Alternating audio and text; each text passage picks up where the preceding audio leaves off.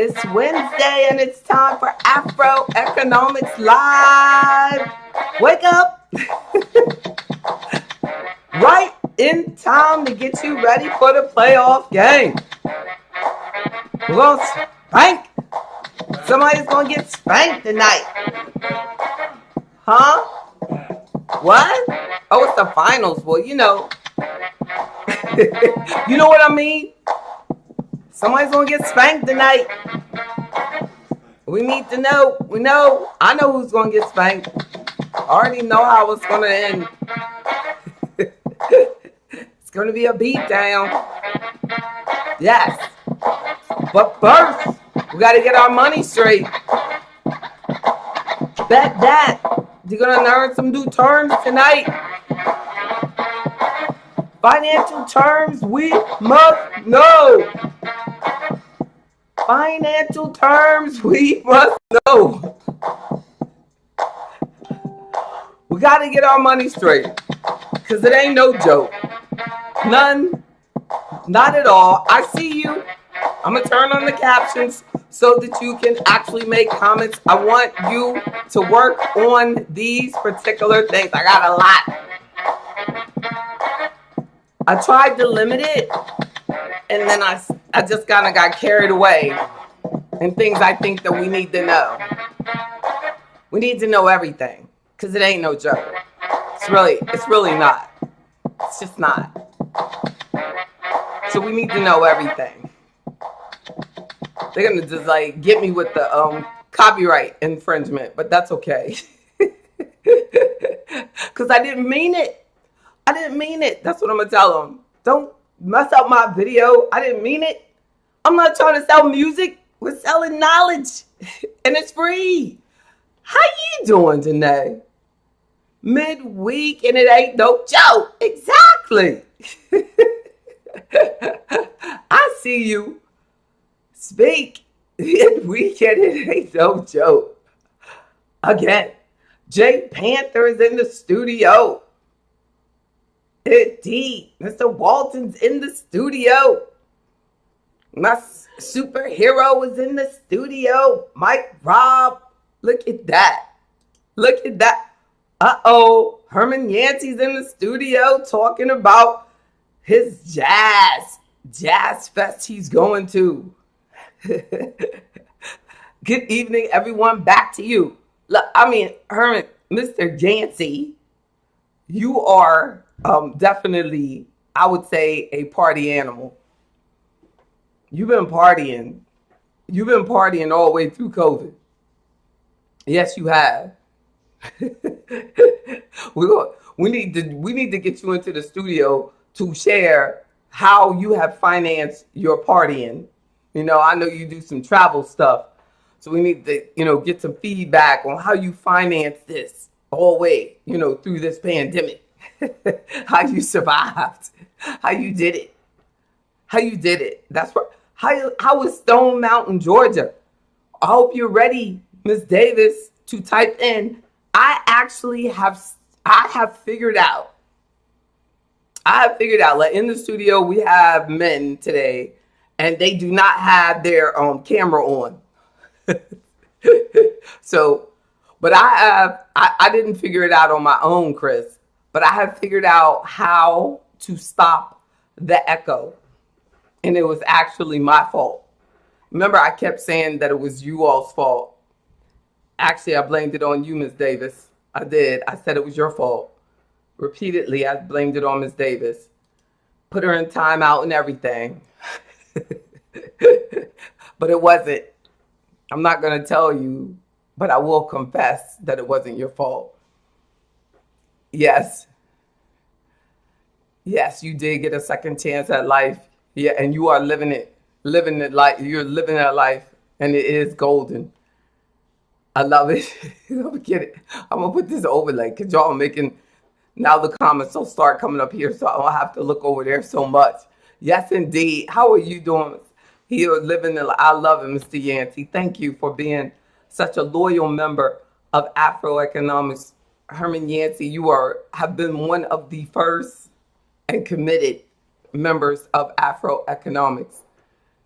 And I appreciate that. and I appreciate you, sharing your travels.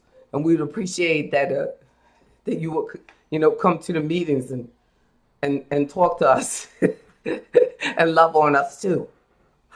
I know you're busy.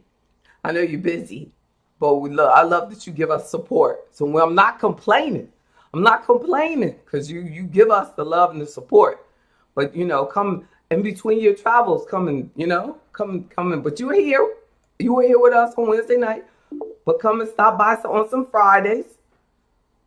And look at Mr. Jones. He comes in on Wednesday nights with the camera on. He's such a good role model. Mr. Kenneth Jones lives in the middle of our nation's capital, and sirens come flying by, and he still turns on his camera. He kind of risks his life and ears for us, and he still does. Yes, he does. How you doing, Miss Golightly? Thank you so much. What a nice name to have, Miss Golightly. She's the woman. What a nice name. How long have you known? Do you know Miss Golightly, Mr. Yancey?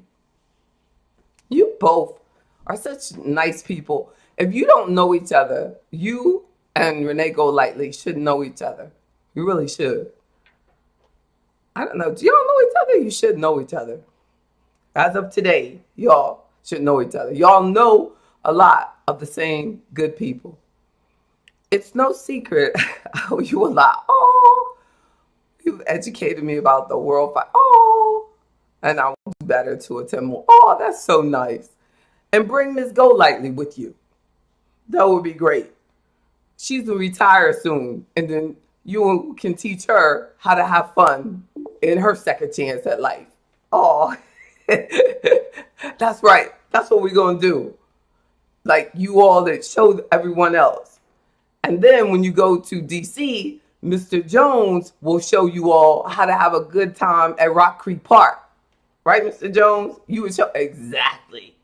He would show you, how you doing, Miss Spencer? Miss Spencer, and I'm not going to make you, Mr. Jones, be the only one with your camera on in the middle of this square. But just quickly, just say hi. Hello, everybody. I'm going to show you. I got to show you something.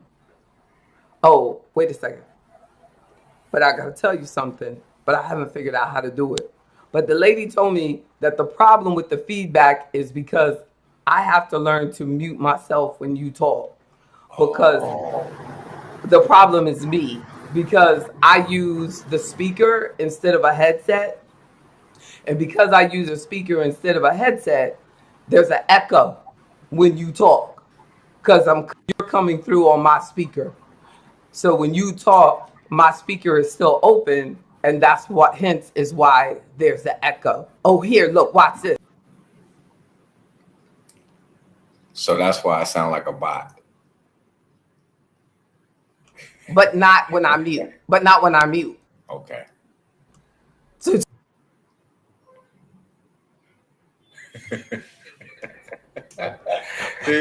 see, I didn't hear anything. And something popped up on the screen, so I didn't hear anything. Oh, that's true. It's gonna pop up and say that her mic is muted. No. Somebody else was posting something. There was messaging something, and it popped up on the screen while you was muted and talking.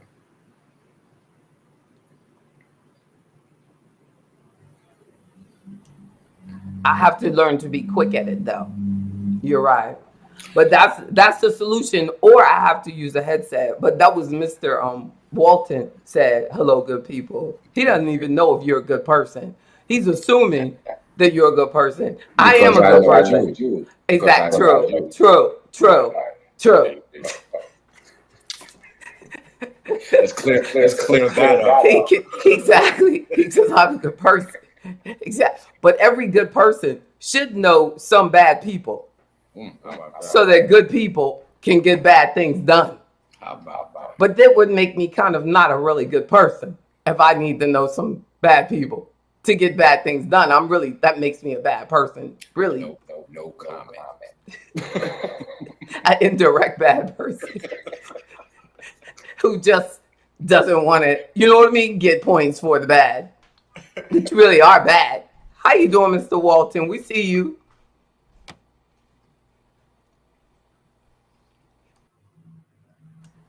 I don't know. He doesn't know. He might not know, but we see you, Mr. Walton. We see you. Oh, we see you. You can talk, but I have to mute myself when you start talking. Okay.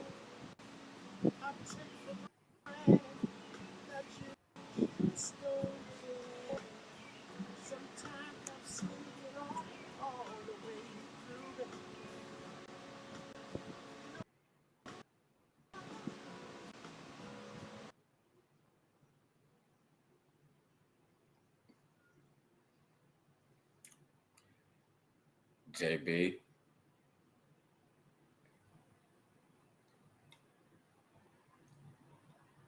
Oh, I talked that whole time. When you, I was trying to tell you. Unmute yourself.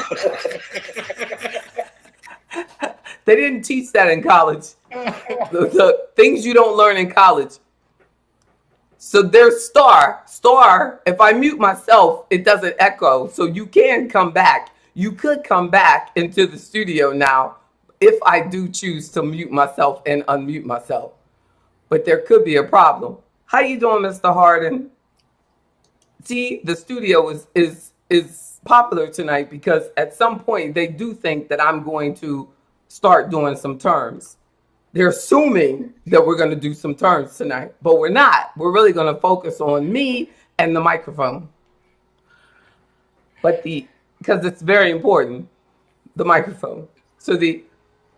But Mr. Harden, if you come on, Mr. Harden, you should come on and do some terms with Mr. Jones so that you can show them that we can do terms too. Yes, we can. Come on in.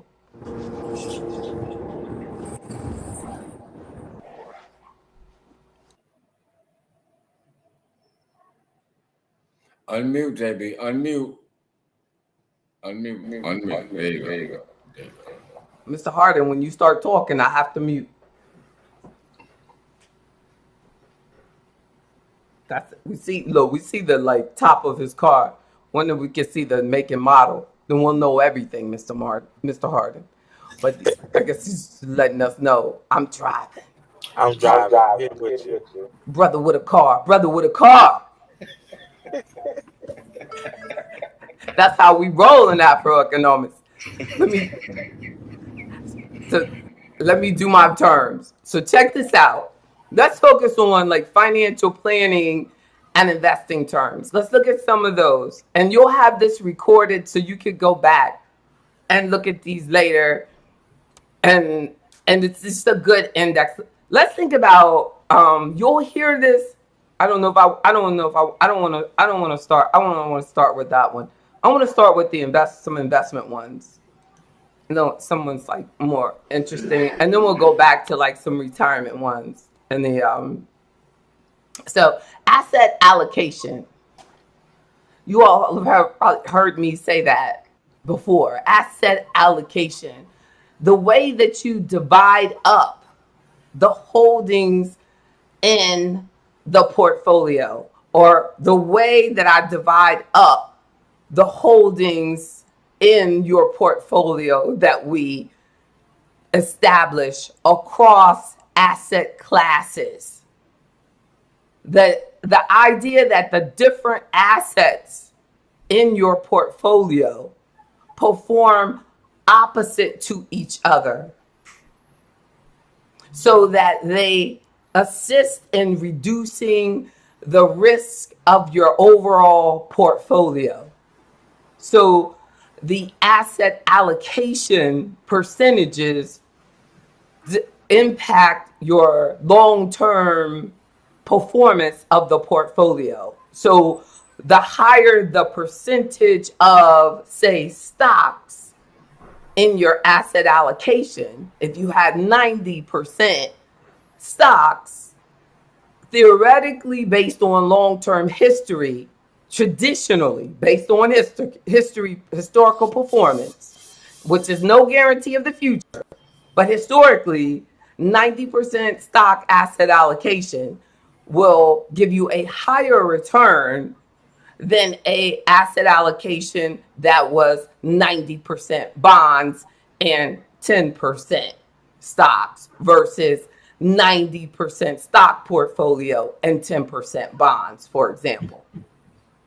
So your asset allocation is important.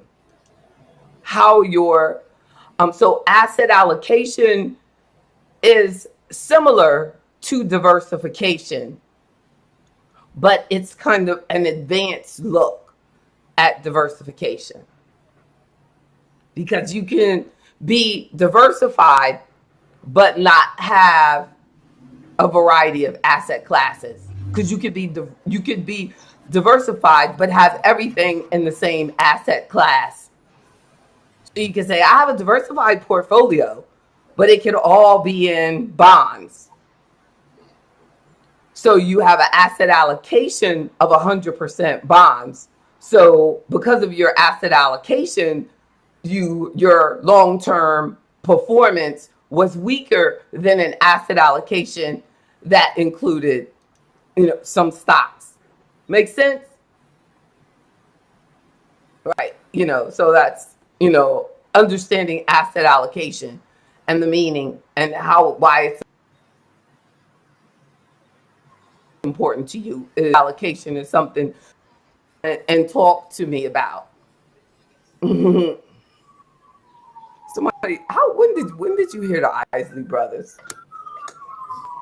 Janae said something that she heard the Isley Brothers. I did too. Really? Yeah, it sounded good too. So when I was muted, the Isley Brothers came on.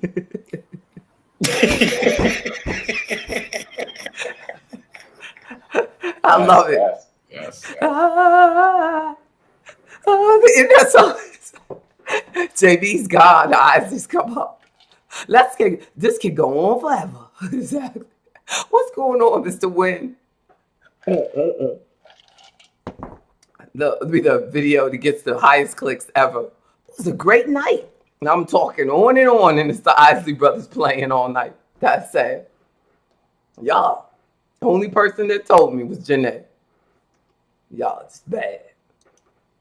So let's look at some other investment terms that might come up. What about blue chip?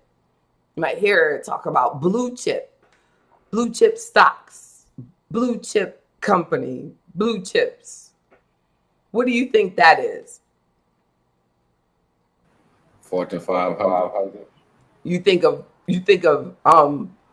large companies, right? Yeah. Blue chips are companies with long history of good earnings, good balance sheets, regularly increasing dividends, regularly increasing income, earnings, solid companies. Yeah. And they might not be like really exciting, not coming out with new products all the time, but yeah, they're just your larger companies, and you see them as stability. That's right. Yes. What about a broker? Yeah. And an entity or person that buys and sells investments on your behalf. Right? Broker is different than your registered investment advisor. Also, like I'm your registered investment advisor. Like when I first started, working, I was really just working as a broker, and but now I really focus more on being your investment advisor too. So we talk about everything, every aspect of your financial life, your real estate, your investment portfolio, your taxes, your insurances, your businesses, everything. So you're a registered investment advisor called an IRA is a financial investment advisor that has gone through specific training, that has agreed to abide by rules, specific rules that ensure that the recommendations and the trades that are made on your behalf are on in your best interest. So my question is the difference between a broker and an investment advisor. The broker has no fiduciary responsibility to me. Yes or They no? don't have to. Your basic broker has to work for suitability. They have to make sure that the investment is suitable. Suitability versus best interests are two different things. So if you have to make sure that whoever you're working with, you understand what their legal requirement is for their particular licenses that they have, like insurances are suitability, where and registered investment advisors are best interests, like lawyers have to be. So and you also will, so you just have to look at do you have like different financial agreements, and how are they regulated? You're regulated different. Like you can look me up, and with FINRA and things like that, and it'll show and see any customer information, things like that. You can look it up. So it's serious, even though I don't think that our community takes it serious enough. So we kind of do give our money to anybody. But we should be much more conscious of what we do and who we give our money to. And the and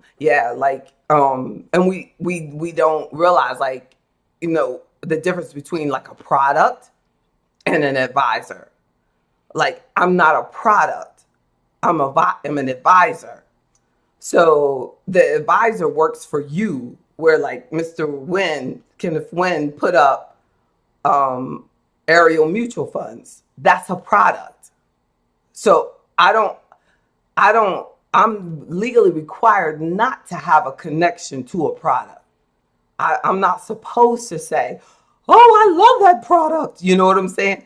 Because I'm licensed. So that's not looking out for your best interest, because that might be great for Mr. Harden, but that might not be good for Ms. Spencer. So if my job is to look out for Ms. Spencer's best interest and Mr. Harden's best interest, then I can't meet that responsibility by loving that mutual fund, saying it publicly. Even though I could love it, but you know what I mean? I have to love it when it's appropriate for that particular client privately. And they watch what I do. They watch what I do.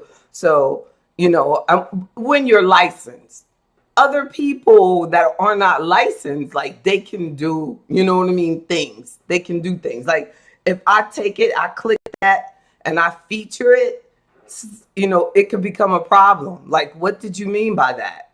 And if they find out that I get confiscated by them somehow, you know what I mean? That's a big violation. So I have to be careful. But there's other people out here who hang their hat as a financial person who don't have to be careful. Like Mr. Wynn could work for them on the down low, and I don't even know. You know what I'm saying? And he could be getting, you know what I mean, doing an ad for them. And it, you know what I mean? And that's what happens all the time. And it, you know, and I wouldn't know, but it won't be my fault. You know what I'm saying? It won't be my fault. But they might say that because I'm licensed. They might say, well, you have responsibility to delete it. And I'll be like, but I don't know how to delete it. I said, well, that's your fault. They think you know who you are. They think they think you like it because you let it stay up there.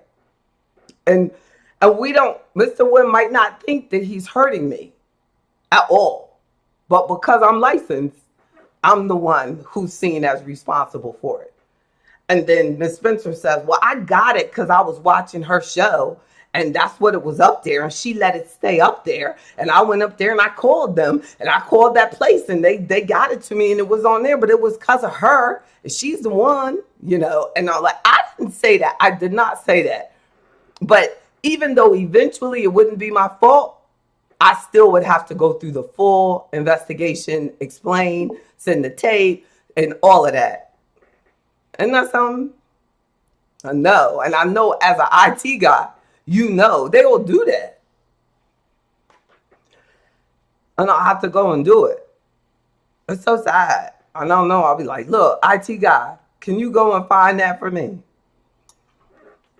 Do you know what minute that was?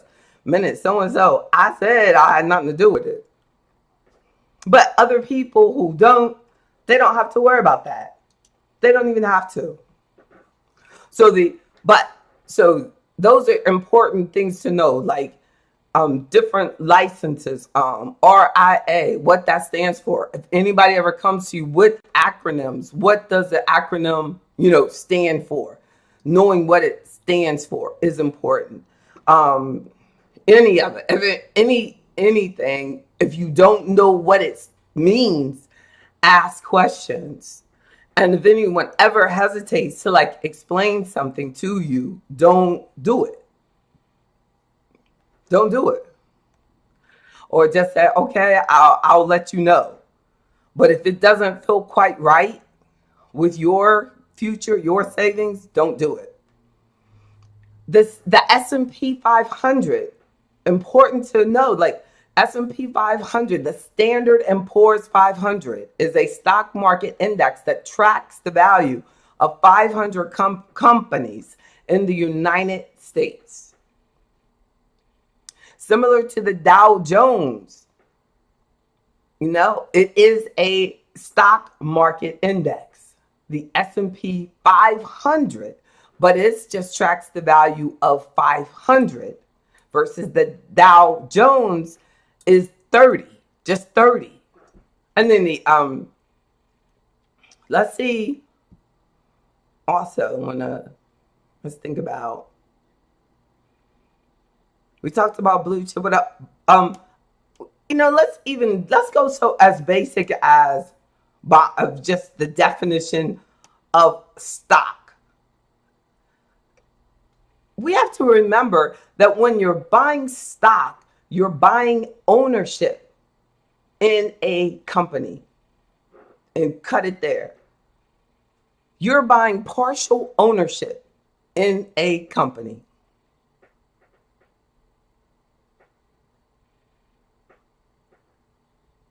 Right? Is that still an issue? Some people were investing in like Robinhood and thinking they're getting shares of a stock, and they're finding out that there are more shares out here than what is available that the company initially sent out,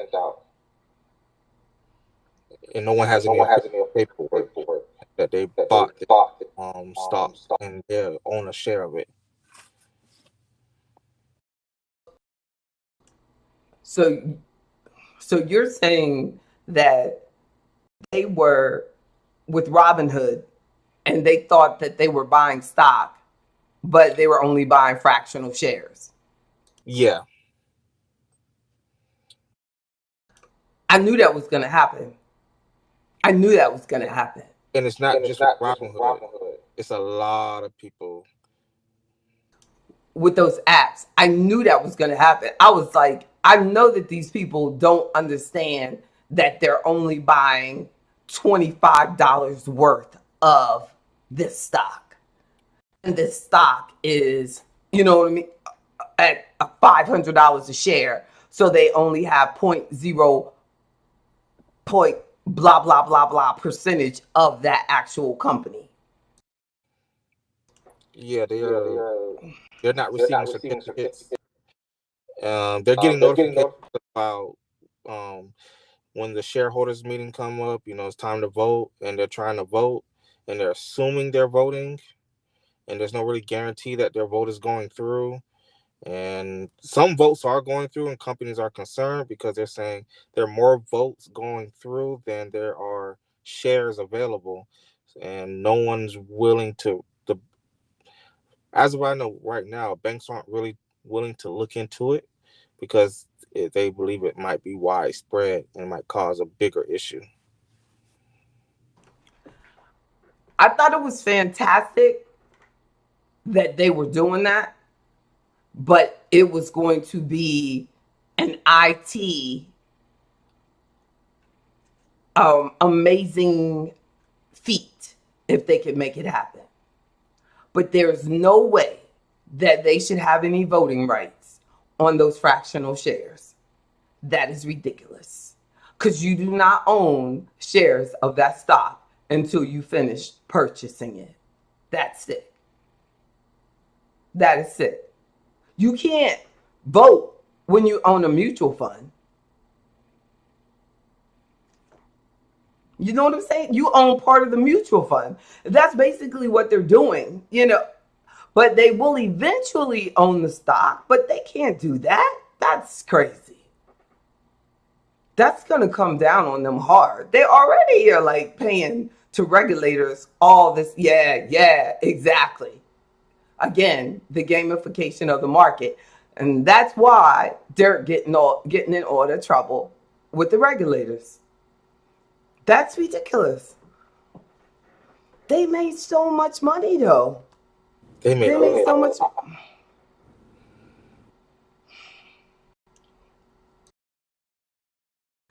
But that goes back to your original point, JB, broker versus investment advisor.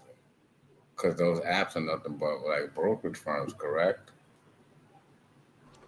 Yeah, and no, they're even worse because they didn't have any service. Like that guy who killed himself because he thought that he had lost a lot of money, but there was no 24-hour service person. So when his actual position of his options had concluded, he hadn't lost money. He had actually come out okay.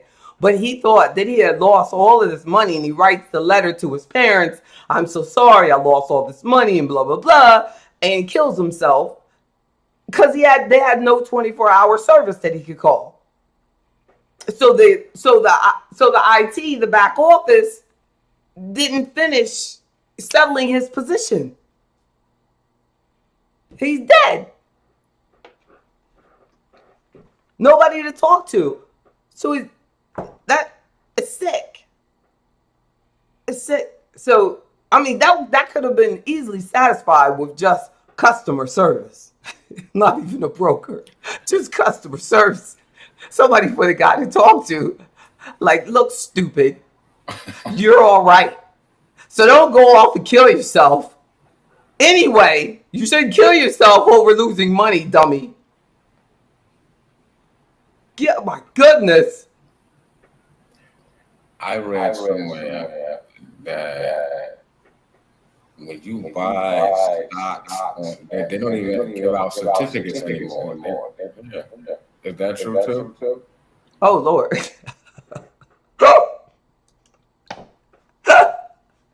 Oh, my God. I don't even know how to enable the camera again. I don't even know what to do. What did you do, Jamie? There you go. Hey, there you go. It's Queen Howard's fault. She comes in, says good evening, gets me all distracted. It's all this muting, unmuting, trying to stop the echo. This is overwhelming. Ask me the question one more time. I'm going to mute myself. Do companies, when you buy a stock online, do companies actually give out or mail out certificates or certifications of ownership anymore? No. But it's fair that they thought that they owned it, but on their statement, it had to say 0.035 shares of blah, blah, blah that you own. They knew they didn't own a whole share of the company. They know they don't. Get over it. He said the CEOs shrugged their shoulders during the hearings about that boy killing himself. Collateral damage. I agree.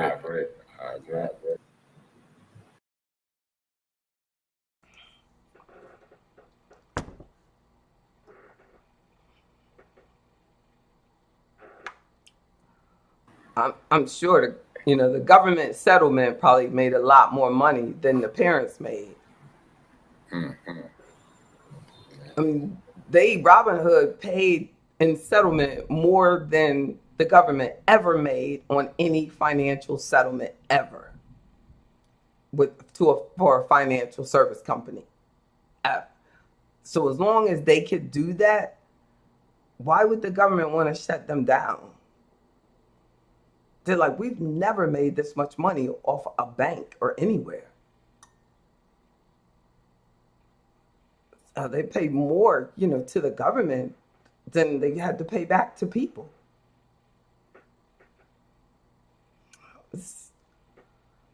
So it's not going anywhere. It's just that we have to somehow teach people to get a better understanding of what they're doing.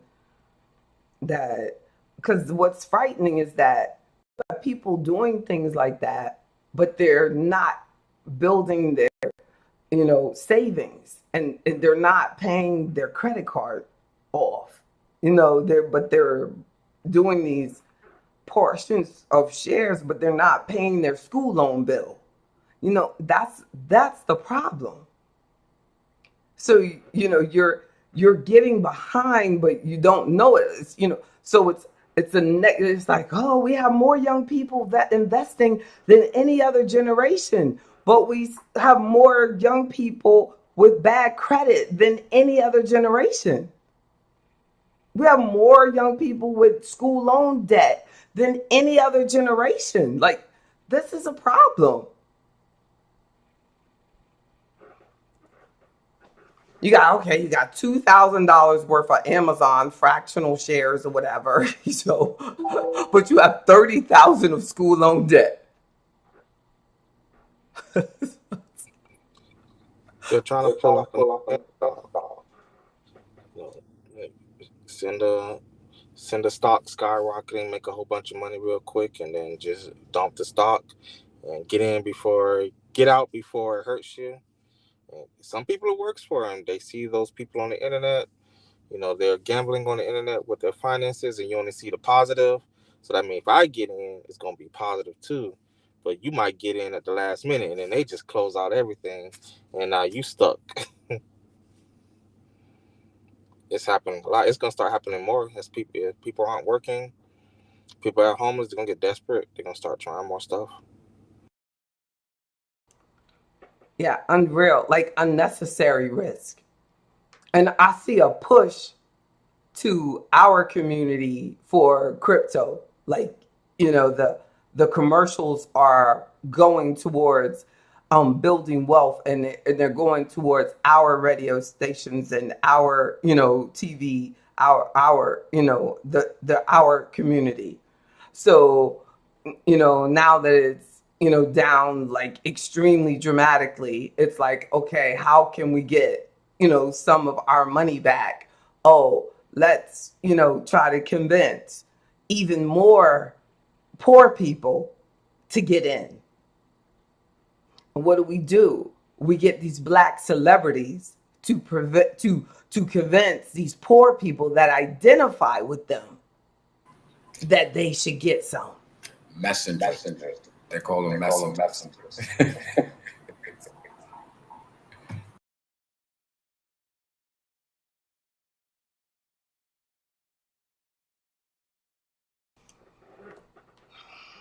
Like when the vaccine first came out and stuff like that,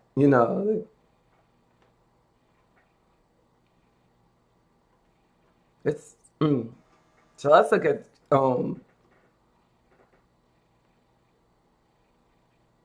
when I signed up for those companies, we agreed to arbitration.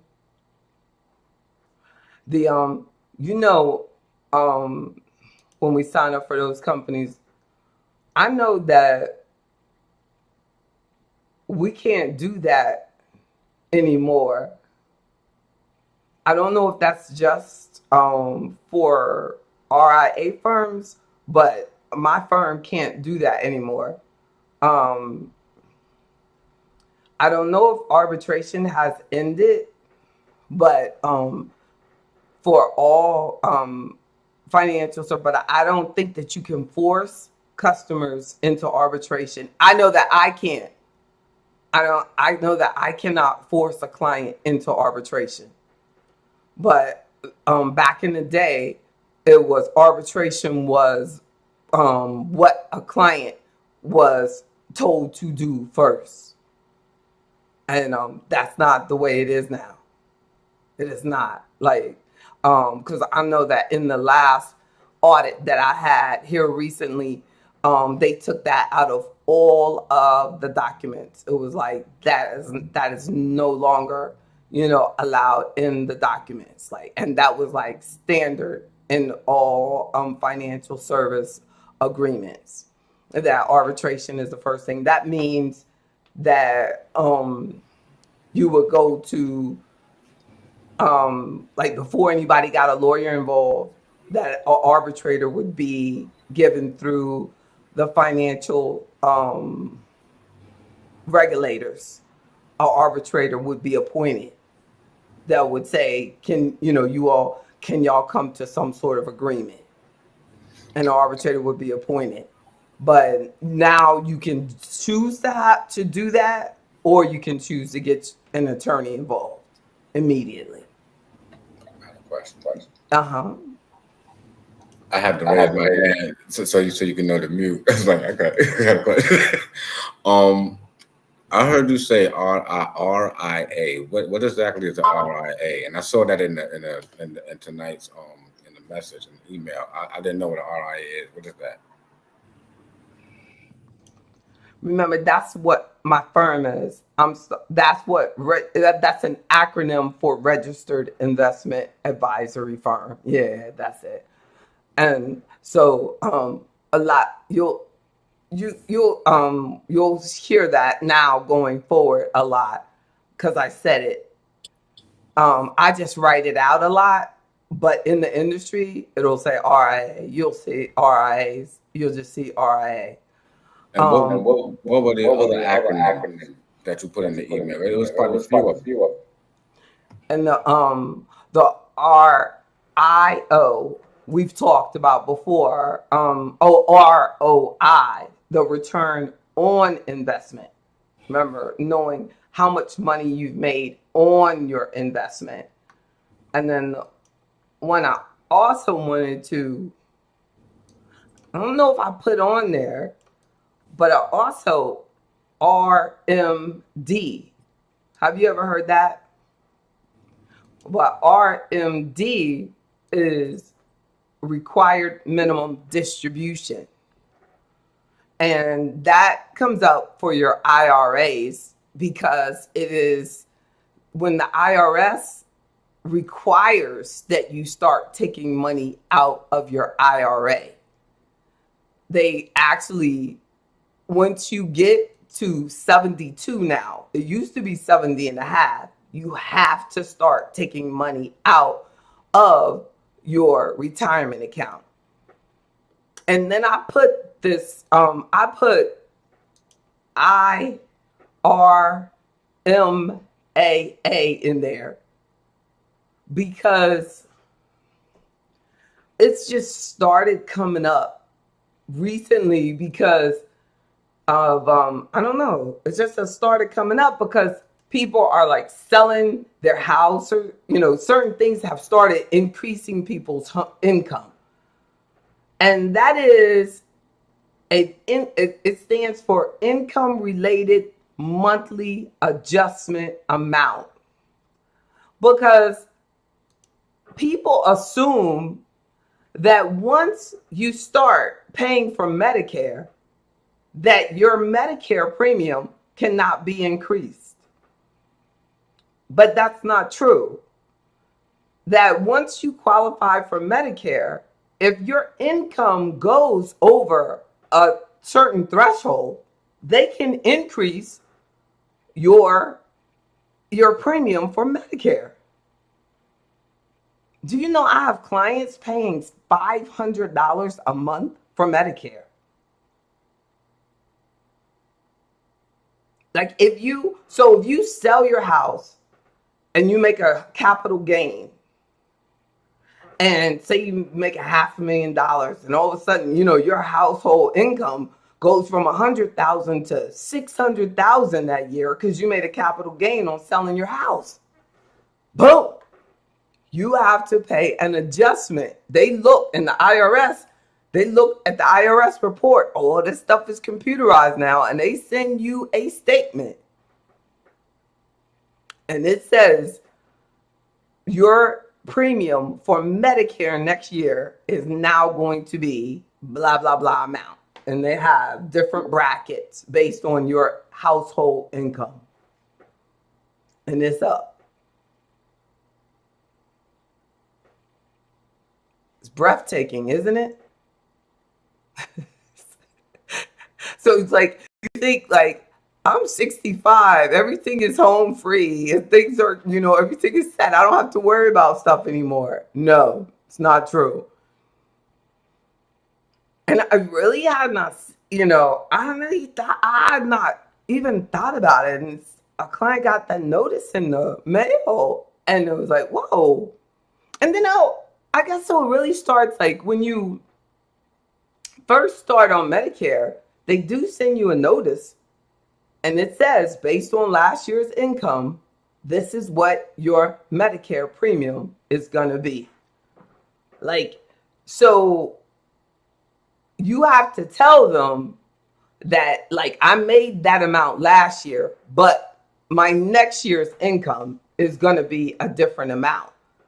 So the system is so organized that they know, like, that you retired. You know what I'm saying? That you got to put that into the system. That is like, yeah, you made that last year, but now we know that you retired. We know that you're not making that going forward. You know what's funny, David? When I turned 50, AARP sent me a letter.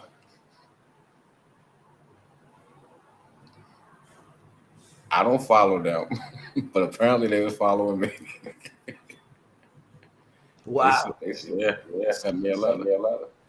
Gosh, I guess I have that to look forward to.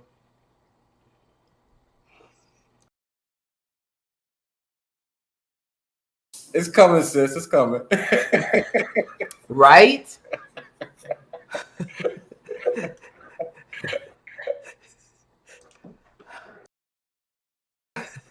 You look really young for your age, too. It's amazing.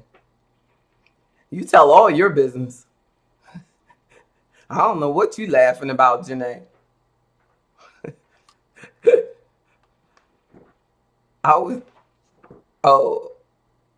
Chris said she was in that category when I was working. Social Security and all that spam it's a nightmare, right? AARP has good information. Wow. Cheryl, that's good to know. I'll Google that. I'll have to check that out. Look what I don't get. Look, I don't get any information from them. And Janae works for them. Janae works. That's probably the only reason she knows. She looks young though. She does. You got it in your mid-40s? I got a couple years to go.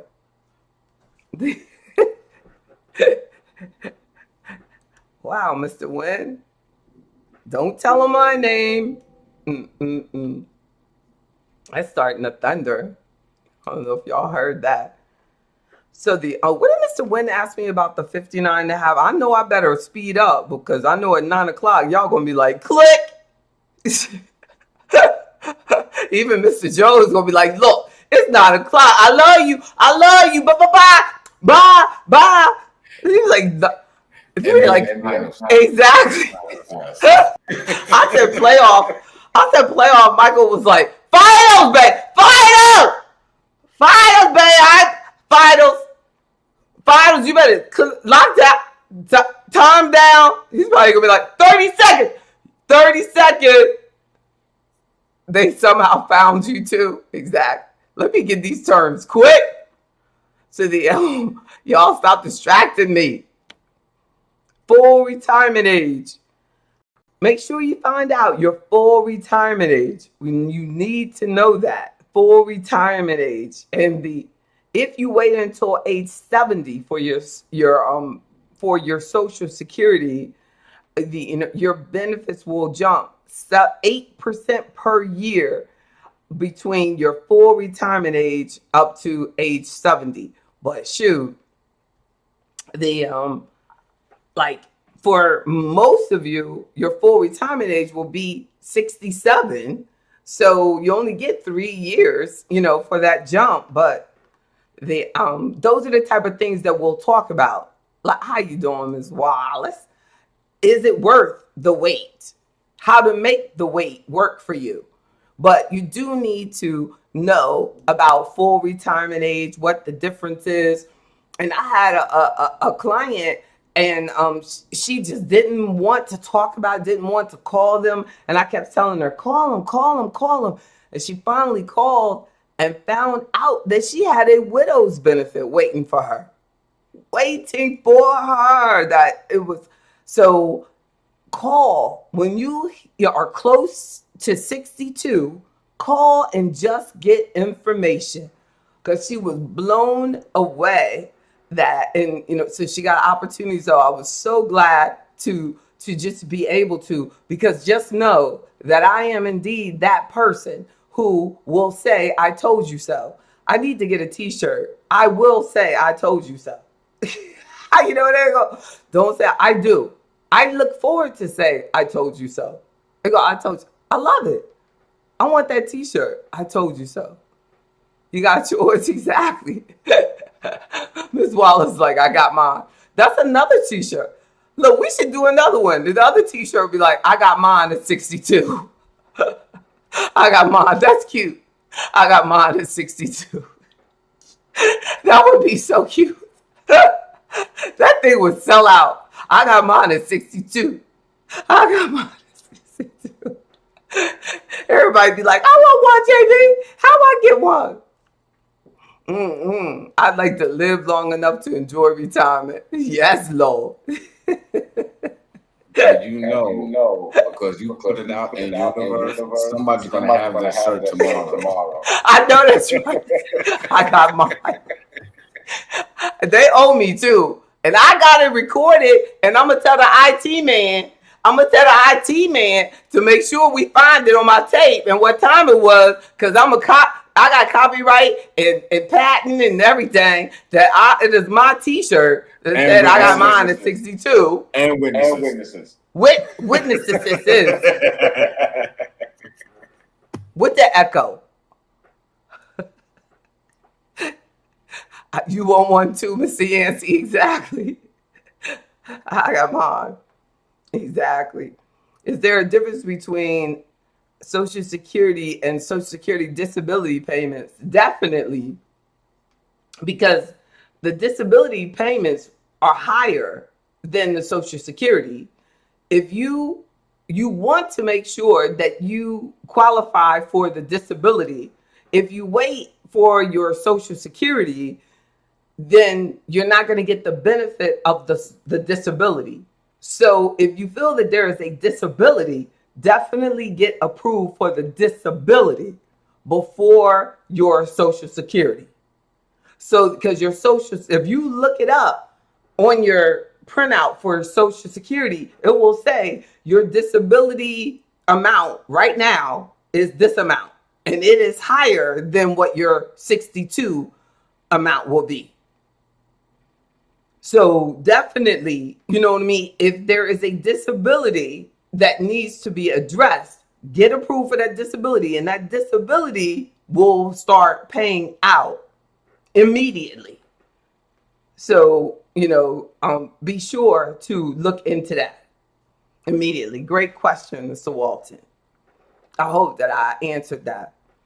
So these we should do something like this more often. Another one is to be aware of matching contributions at work. Take full advantage of Ask at Work. What are your matching contributions? Check out 401 pay plans. Know the vesting opportunities at work. Make sure that you participate in the plans at work. Make sure that you talk to me about the options at work, and that I help you with the options at work, what the vesting is at work, that we talk about understanding all of the terms at the benefits at work. Understanding taxable accounts versus tax deferred accounts versus tax-free accounts, correct? All of that. What is your capital gain versus your capital losses versus tax planning? All of these. So listen to this. Anything that we bring up that you want to have a better understanding of, let's do it. If there's anything that you're doing that you are uncomfortable with, let's talk about it. Any tax terms that you have, estate planning questions that you have, understanding trusts, wills, power of attorneys. Let's discuss it, and talk about what legal documents you need to go to a lawyer to get created. And, but this is just our first, but we're going to continue to go over these types of things in our members only meetings and everything. Let's all acronyms be defined. And then what about defined benefit? Defined benefit plans are pensions versus defined contribution plans are 401ks. Defined benefit, a pension. Defined contribution, a 401k. I love y'all. I know y'all love me. I really appreciate the love. I know y'all want to go watch the game. Y'all be good. Thank you so much, Mr. Jones. You just a man. You stuck it out like a warrior. Is that your team? Actually, I'm on the fence. I like them both. Yeah, that's good. I think everybody is there because they're like, you didn't expect neither one to make it that far. It's funny. I'm a Lakers person, I think. I'm a LeBron person. Since he's not there, I'm on the fence, I guess. It don't matter. It doesn't matter. It just don't matter. Everybody have a good night. You as well. Good night. Good night. Good night. Good night. You ain't no joke. Have a good one. Thank you. Thank you for all you do. Thank you. Thank you. Thank you. Win. Have a good night, Miss Spencer. Good night, Mr. Jenkins. Thank you. Thank you, Mr. Wynn. Peace to you, Mr. Yancey. May your team win. I hope you replay. Thank you. Thank you. Thank you. Thank you. Talk to you soon, Miss Allison. Enjoy the game, y'all. Good night, Miss Fleming. Tell Frank I got his message. We gotta talk that through. Gotta talk it through. Thanks, y'all. Good night, Queen Howard. Good night. Good night, Miss Daniels. Good night. Miss you.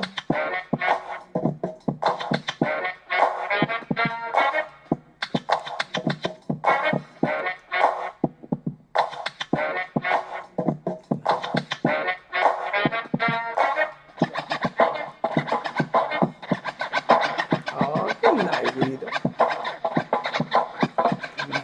Good night. Oh, you a Lakers fan too? Oh, you don't like Boston.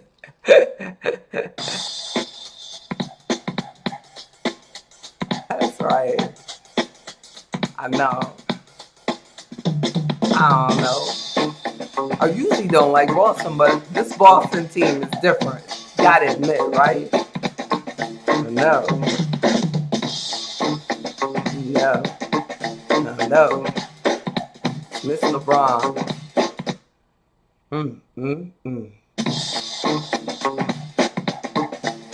Have a great night.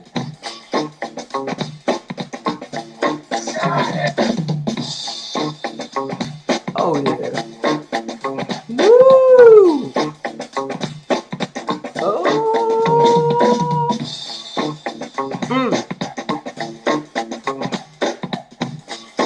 Ooh, that sounds good.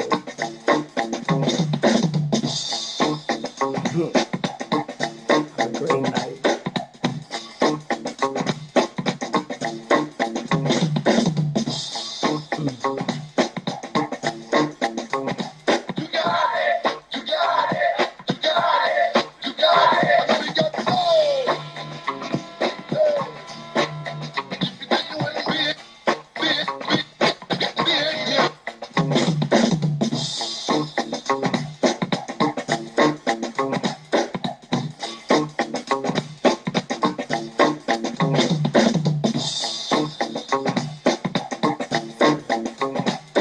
God bless y'all.